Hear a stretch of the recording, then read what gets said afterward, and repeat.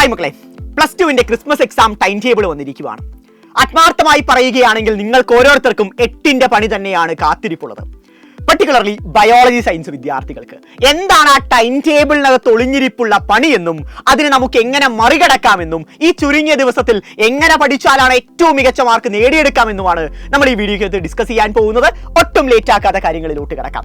നിങ്ങൾക്ക് എല്ലാവർക്കും അറിയാം 16-ാം തീയതിയാണ് നമ്മുടെ പരീക്ഷ തുടങ്ങാൻ പോകുന്നത്.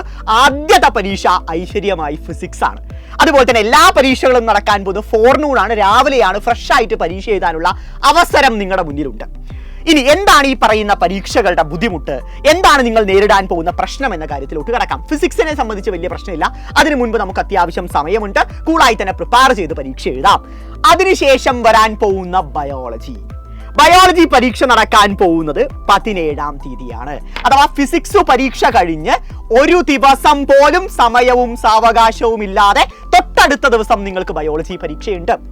അതിനെന്താ സാറേ പ്രശ്നം? മക്കളെ, പാരലലി CS പരീക്ഷ ഉണ്ടെങ്കിൽ എനിക്ക് ഈ വേവലാതി ഉണ്ടാവില്ല.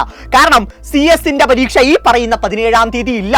CS പരീക്ഷ നടക്കാൻ പോകുന്നത് അടുത്ത വർഷം ജനുവരി 6-ാം തീയതിയാണ്. CS പഠിക്കുന്ന കുട്ടികൾക്ക് ഒരു ബുദ്ധിമുട്ടുമില്ലാതെ ഏറ്റവും കംഫർട്ട് സോണിൽ ഇരുന്ന് പഠിക്കാം. അവർക്ക് ഈ പറയുന്ന ദിവസത്തിൽ ഒരു പരീക്ഷയുമില്ല.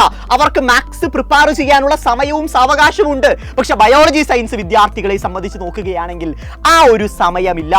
ഒരു ദിവസം പോലും ബയോളജിക്ക് പഠിക്കാനും സമയമില്ല. സിമിലർ വേ കണക്കിന് മാത്സിന് പ്രിപ്പയർ ചെയ്യാനും നിങ്ങളുടെ മുന്നിൽ സമയമില്ല. അതുതന്നെയാണ് നിങ്ങൾക്ക് ഏറ്റവും വലിയ കുരുക്കെന്ന് പറയുന്നത്. അടുത്തത്, ബയോളജി പരീക്ഷ കഴിഞ്ഞ തൊട്ടടുത്ത ദിവസം നിങ്ങൾക്ക് മാത്സ് പരീക്ഷയാണ്. അപ്പോഴും നിങ്ങൾക്ക് ഇതേ പ്രശ്നം നിങ്ങൾ നേരിടും. പക്ഷെ CS മക്കൾക്ക് ബയോളജി പരീക്ഷ ഇല്ലാത്തതിനാൽ തന്നെ ആ ദിവസം കുത്തിയിരുന്ന് മാത്സ് പഠിക്കാനുള്ള സാവകാശമുണ്ട്, സമയമുണ്ട്. നെക്സ്റ്റ് 18-ാം തീയതി കഴിഞ്ഞു വെച്ചാൽ 19-ാം തീയതി ഇംഗ്ലീഷ് പരീക്ഷയാണ്. എഗെയിൻ സമയം നിങ്ങളുടെ മുന്നിലില്ല. 20-ാം തീയതി സെക്കൻഡ് ലാംഗ്വേജ് വരുന്നുണ്ട്. കെമിസ്ട്രിക്ക് മാത്രമാണ് നമുക്ക് ഒരു ദിവസത്തെ സാവകാശമുള്ളത്. കെമിസ്ട്രി നടക്കാൻ പോകുന്ന 22-ാം തീയതിയാണ്. കമ്പ്യൂട്ടർ സയൻസ് ഏറ്റവും അടിപൊളിയായിട്ട് പരീക്ഷ എഴുതാൻ സാധിക്കുന്ന സ്റ്റുഡൻസ് എന്ന് പറഞ്ഞാൽ CS സ്റ്റുഡൻസ് ആണ്. വെക്കേഷനൊക്കെ കഴിഞ്ഞിട്ട് 6-ാം തീയതിയാണ് പരീക്ഷ. ഏറ്റവും സിമ്പിൾ ആയിട്ട് അടിപൊളിയായിട്ട് എല്ലാ ദിവസവും ഓരോ ചാപ്റ്റർ വെക്കേഷൻ പീരീഡിൽ നിന്ന് പഠിച്ചാൽ പോലും ഗംഭീരമായിട്ട് നിങ്ങൾക്ക് പരീക്ഷ എഴുതാം. ഒരു ബുദ്ധിമുട്ടുമില്ലാതെ പരീക്ഷയെ അപ്രോച്ച് ചെയ്യാം. സോ ബയോളജി സയൻസ് എന്ന് പറയുന്ന സബ്ജക്ട് ഓപ്റ്റ് ചെയ്ത വിദ്യാർത്ഥികൾക്ക് നല്ല പണി തന്നെയാണ്. അവർക്ക് ബയോളജി പരീക്ഷ മാത്രമല്ല ബുദ്ധിമുട്ടാവാൻ പോകുന്നത്, പാരലലി നിങ്ങൾക്ക് മാത്സ് കൂടി ബുദ്ധിമുട്ടാവാൻ പോകുന്നു. കാരണം പഠിക്കാനുള്ള സാവകാശം നമ്മുടെ മുന്നിലില്ല. ഇതെങ്ങനെ ക്രാക്ക് ചെയ്യണം, ഇതെങ്ങനെയുള്ള ചോദ്യ പേപ്പറാണ് ഞങ്ങൾക്ക് കാത്തിരിപ്പുള്ളത് എന്ന ടെൻഷൻ ഉണ്ടെങ്കിൽ അതിനും ഒരു കാര്യം ഞാൻ ഇപ്പൊ തന്നെ പറയുകയാണ്. മക്കളെ, ഏറ്റവും ഈസിയായ ക്വസ്റ്റ്യൻ പേപ്പർ ആണ് എന്ന തോന്നൽ നിങ്ങൾ ആദ്യം മനസ്സിൽ നിന്ന് എടുത്തു മാറ്റുക.